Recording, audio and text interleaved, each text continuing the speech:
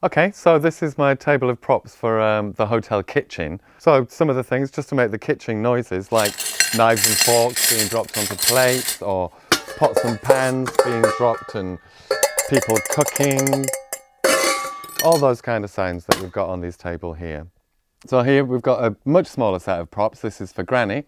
Lovely pair of granny heels there that I wear and walk around in, her walking stick, and her handbag that contains the mouse. The lift reached the ground floor and stopped with a jerk.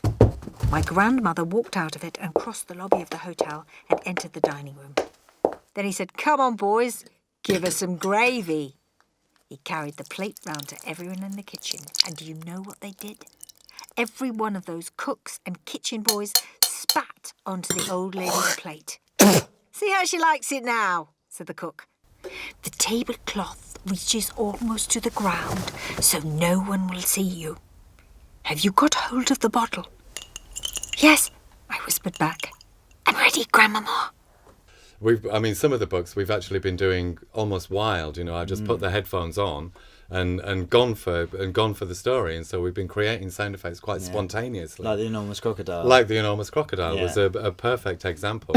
Luke was wearing binaural microphones, and I was actually I performed the story in a run. It was so exciting. The such monkey great through fun. the trees. And Yeah. the water stuff. And for me, I think, as again, going back to the performance thing, some of the things that have really made me laugh and I've really enjoyed doing are the more vocal stuff, like the alligator chomping through things, or the monkey ha-ha-haing through trees and things like that. There was one when we were recording The Enormous Crocodile. I was doing this scene where the alligator's munching and crunching and crushing the children with a banana and a bit of peach and a stick of celery and a small tangerine in my hand, that all eventually ended up in my mouth being crushed and squished.